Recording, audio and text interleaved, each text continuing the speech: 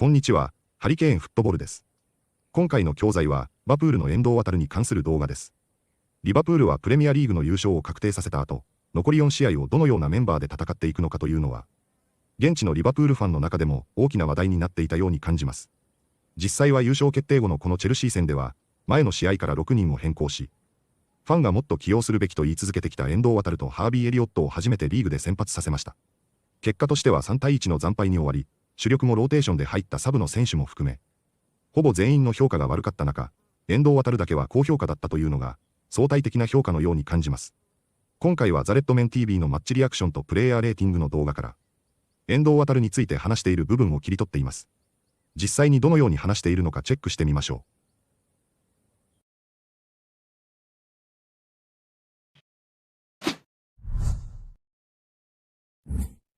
Hello everybody, welcome to the Redmen TV and your match reaction show. The fan interactive after Liverpool were beaten by Chelsea 3-1 down at Stamford Bridge. What do we make of it all? Listen, I'll say this right away. I don't think it's time. I can't believe we even have to say it. I don't think it's time for head loss. Let's put it like that. We are sitting here as Premier League champions, crowned, signed, sealed, delivered, done, dusted, all over. We spent large parts of the pre-match show talking about, the rotation, the fact we made 6 changes. There's a lot of players, fighting for their futures. We can have discussions around how they might have fared. That's absolutely sound. But in terms of the overall collective performance, in terms of the result, it would have been nice to have won the game. It would have been nice to have won all 4 remaining games.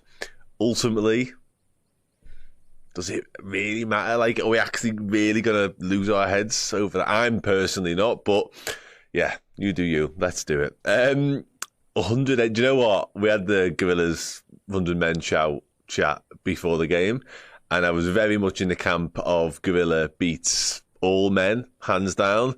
Having seen that with Tyrone performance, yeah, I'm inclined to have another chat with you because he was the one. Well, let's be honest. Let's get the man the match stuff out of the way. He was brilliant, I thought. And the only one at times really carrying the fight, because if we are going to dissect the performance, it was poor. It was nowhere near what we've become accustomed to.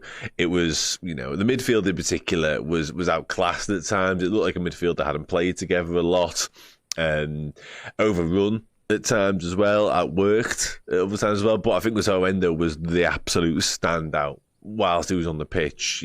Tried his heart out, put his body on the line, showed some class, some intricacy as well in his passing. Thought he was brilliant, absolutely brilliant. The rest of them, less. So I felt sorry for Joe Constant, though, man. Bolden says, the unfortunate thing about the midfield problem is Slot probably going to sell Endo just because of his age and to get someone out of the squad. But I'm not sure he will sell Endo, if I'm being honest. I'm not sure if he will. Take care, mate. Have a good one. Enjoy your bank holiday. Yeah, I think a lot of the Endo and the sick stuff, generally speaking, because we need help there. That's clear. Ryan Gravenberg's been brilliant, mostly, this season. But he can't do it all again next time around. I'd be shocked and amazed if he could. And we've seen dips in his performances, perhaps due to the sheer intensity and the sheer amount of minutes that he played. But yeah, there has to be a solution there, and I think Endo might be part of that. I think someone like James McConnell might be part of that as well when it comes to cup games as well. But I also do still have this feeling, call it sort of a hunch, that Stefan Bajcetic might be part of that too, personally. But we'll have to wait and see. And Bora literally brings this comment in as I'm speaking. And I just think Liverpool are going to want to take a proper look at him. And he may or may not be the answer come the summer. We'll know more during pre-season, I'm certain of it. But if Liverpool are going to go into the market in the way that we expect and spend £200 million like we all hope they will, I'm not sure there'll be that much of a priority or focus on signing a DM. I'd love someone like Adam Wharton. We spoke about Carlos Baliba as well earlier on. Angelo Stiller, somebody mentioned here from Stuttgart, of course. Player. Count me in on all of them, really. But is that going to be Liverpool's main area? I'm not so certain. Lee Guy, after we have an understudy for Conor Bradley, no. And I think that's something we probably need to address as well, if I'm being honest. That's obviously, providing Trent leaves as we expect. I really like Conor Bradley. I think he's a wonderful footballer. There's clearly issues around his fitness. And even if there wasn't, even if Conor Bradley was bulletproof and was always available if Trent's going to leave, you need to sign a right back. Like, forget about Conor Bradley's fitness problems for now. You can't just have one out-and-out right back. We still don't know what's going to happen with Joe Gomez. Jarell Quansah has his own problems at centre-back at the moment, which is his natural position, let alone playing that position. So I don't think that there's any legs in that either. We've seen him use sixes in there a little bit. Maybe he could persevere with that, but it's not perfect, clearly. So we need to sign a right back. Like, left-back, centre-half, centre-forwards, right-back, probably another utility forward who can play across the front line. They're your minimums. Then I think you can look at number 6, personally. That's my summer, and very quickly summed up in like 10 seconds. Dave Red says, you think Endo stays? I do as well. I think a lot of what happens with Wataru Endo will be based on what Wataru Endo wants. If he goes to on a slot this summer and knocks on the door and says, listen, what's happening next year? Am I going to be a part of this? Or am I expecting the same amount of minutes, similar amount of game time, or even less because you're about to go and sign someone, or Stefan Bajcetic coming in? If the answer's any of the last 2 options there, he may well just say, do you know what, my time's come. I've loved it. I've won the Premier League, but I've got options back in the Bundesliga, in France, Spain, whatever, in the Premier League, who knows? Then maybe we do sell. And if there's offers on the table of like 20 million, we might. And that might have to force our hand into doing a Angelo Stiller, Adam Wharton, whoever. But I honestly think there's going to be lots and lots of moving parts all summer long. And I know that sounds like me saying that because it's what I do for a living and it gives us stuff to talk about. I'm not that arsed, ultimately. It keeps me busy, granted, but I'd like to have a rest every now and then. I genuinely think it's going to be a busy summer. And I think for all the reasons we've just kind of outlined in the past 10 minutes, Arne Slot said as much, Virgil van Dijk said as much. I just think there's going to be loads happening in and out, by the way. Let's do Wataru Endo. Now, I'll say my piece. I often just leave it to you guys. I thought he was fucking brilliant. Brilliant. If there was, objectives and incentives for the players out there today, certainly a handful of them that haven't really been in Slot's plans, to get in Slot's plans, he's the one who took it for me. I thought he was brilliant. And it's fascinating how a lot of the stuff I have often thought is what he's lacking in his repertoire that means Slot doesn't use him that much. I think he showed loads of it today. Like little passes around the corner, little moments of invention, bursts of pace into the final third, getting into the box, a third-man runner. Honestly, defensively solid, brilliant, putting his body on the line, so nearly deserved to save their second goal from going in. And yeah, just brilliant. In a very, very, very under par performance, I thought he was excellent. I really do. I'm not going to stand here and say, you're talking, I don't know, he has to start every single game between now and the rest of time. But I thought, again, in very difficult circumstances, against a decent Chelsea side, a Chelsea side that wanted it as well, perhaps more importantly, I thought he was really good. Really, really good. He was legit moving so slick. I have no idea where Slot took him. I can only imagine he was taken off, as this might be the case for a couple of them as well, because of fitness-related issues, because, again, he hasn't got that many minutes in his legs now. So he might have only been capable of 60, 70, whatever it was. Nothing but boss. Best player on the pitch. Craig Flynn says sound. Bradley played well when he came on. Yeah, he did. Boss sound for Endo. Endo says, Joanne Alviso says low boss. Love Wataru. I fully believe he's made it quite obvious Endo can play a huge part if he's given the chance. Endo is sound, a natural leader. Man the match. Well, we'll get to man the match. Are we straddling or are we in full boss mode here? That's what I need to know. Best LFC player today, but still not boss. Okay, that might have answered that last question. I'm fine with that. I don't think anybody really warrants boss, but if anyone does, or did, it was probably him. And then I can get my man the match card, which, let's be honest, is A, miles away from me, and B, only between 2 players, and it's between Wataru Endo and Conor Bradley. Now, I know where I'd be putting it, okay? That's all I'm going to say. But as ever with this show, it's completely down to you. But boy, am I delighted to see the first 3 comments all say Wataru Endo, man the match. Now, I love Conor Bradley. I think Conor Bradley is excellent. However, I think Wataru Endo is man the match today, personally. And I'm glad to see the majority of you agree. Sound. Was Canate dancing your way? And if so, I need to see footage of that in the next 2.5 minutes. Probably Cole Palmer, but I'm not giving Cole Palmer any credit because he's used up all his credit for his entire life on the 90 minutes of commentary that Gary Neville just provided. My shitting God. That was horrendous. It's Endo for the vibe. Yeah, go on, Endo. Thank you, C-Mac. I'm glad I could convince you. Oh, of course, it's Endo. Ibu was dancing. Okay, that's me done then. I'm off to watch Ibu dance in the away end and enjoy whatever that. 次は解説です。比較的今回のは聞き取りやすかったようにも感じますが、相変わらずスカウス英語が難しいですね。今回もネイティブらしい、テキストではあまり学習しないようなボキャブラリーもありましたので、早速本日の解説をチェックしてみましょ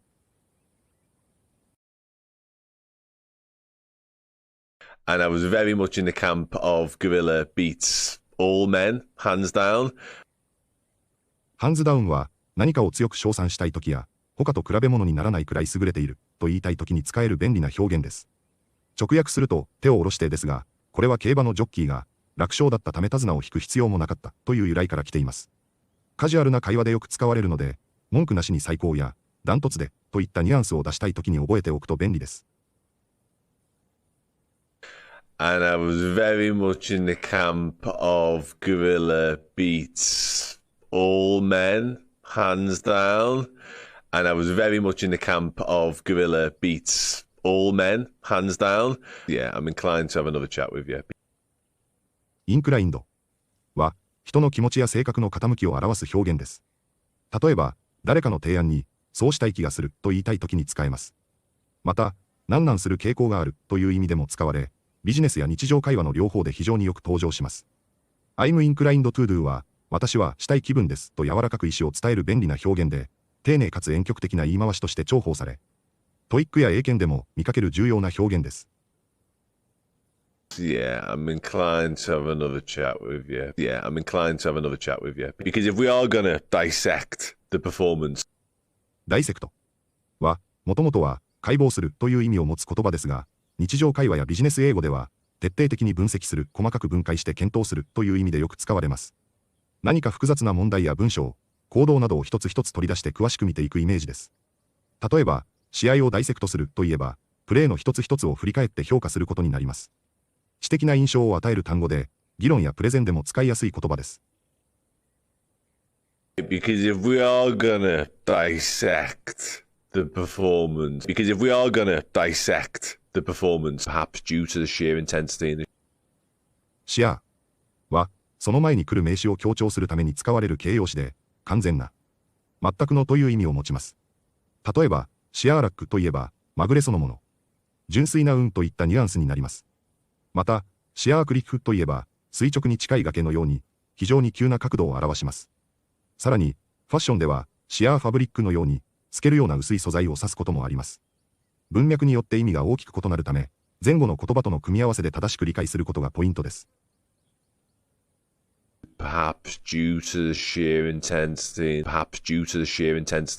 call it sort of a hunch. ハンチは直感や感という意味で使われる名詞です。誰かが I have a hunch と言ったら、それはなんとなくそう思うや予感がするというニュアンスになり、論理や証拠がなくても経験や感覚に基づいて感じる予感によく使われます。一方、動詞としては背中を丸めるやかがむという動作を表します。日常会話やビジネス英語でもよく登場する単語で、特に映画やドラマでは直感に従って行動するといったシーンで多用されます。Call it sort of a hunch. Just call it sort of a hunch. Just let alone play in that position. So, レッドアローンは否定文の後に使って、A すらできないんだから、B なんてとんでもないという意味を表す表現です。例えば、メールすら読めない。ましてや英語で返事なんて無理というように、難易度の低いことすらできないのだから、高いことはなおさらだという論理の流れになります。カジュアルな会話からビジネス英語まで幅広く使えるので、覚えておくと非常に便利な表現です。let alone play in that position. So, I'm not that asked, ultimately. アースドはイギリス英語のカジュアルな口語表現で、特にカントビーアースドなどの否定の形で、何かをやるのがとても面倒でやりたくないという気持ちを表すときに使われます。直訳すると、お尻を動かす気がしないという感じで、少し下品な印象を含むため、フォーマルな場面では使用を避けるべき表現です。ネイティブの会話や映画、ドラマではよく耳にしますが、使い方には注意が必要です。I'm not that arsed, ultimately. I'm not that arsed, ultimately. We, I, have often thought is what he's lacking in his repertoire that...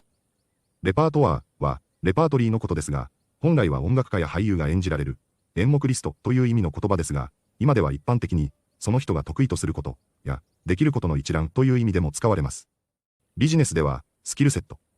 日常会話では、得意ネタや、お決まりの反応など、応用範囲が広い単語です。発音は、レパートワーに近い音で、能力の幅や、バリエーションを伝えたいときに非常に便利な表現です。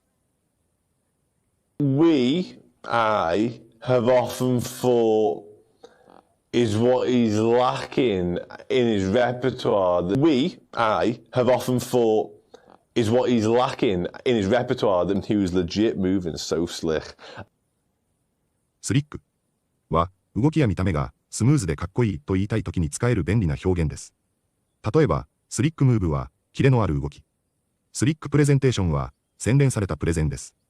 ただし、文脈によっては、うまいけれど信用できないといった皮肉な意味合いになることもあります。ポジティブな意味とネガティブな意味の両方があるので、使うときはトーンに注意しましょう。He was legit moving so slick. He was legit moving so slick. Are we straddling or are we in full boss mode here? ストラドルは、またがるという動作だけでなく、どちらにも属する。中立の立場を取る。といった比喩的な使い方も多い表現です。例えば政治や意見の場面で、彼は明確に立場を取らず、どちらにもいい顔をしているという時に使われます。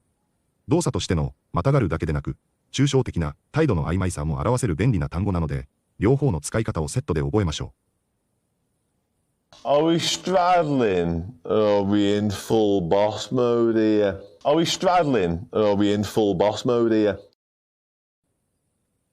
いかがでしたか？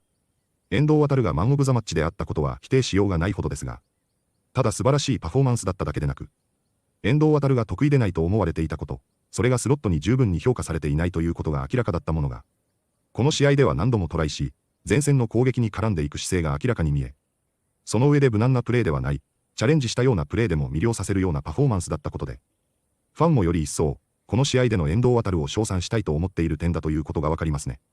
他のチャンネルでもほとんどのリバプールファンが遠藤を称賛しており、この動画でも話しているように、年齢や実力という観点で、遠藤を放出することはなさそうにさえ感じさせたものだと思います。残り3試合でも、間違いなく遠藤の出番が来そうですので、最後は少し期待させていただいて、遠藤の出番を楽しみにしたいと思います。本日もご視聴いただきありがとうございました。またすぐにお会いしましょう。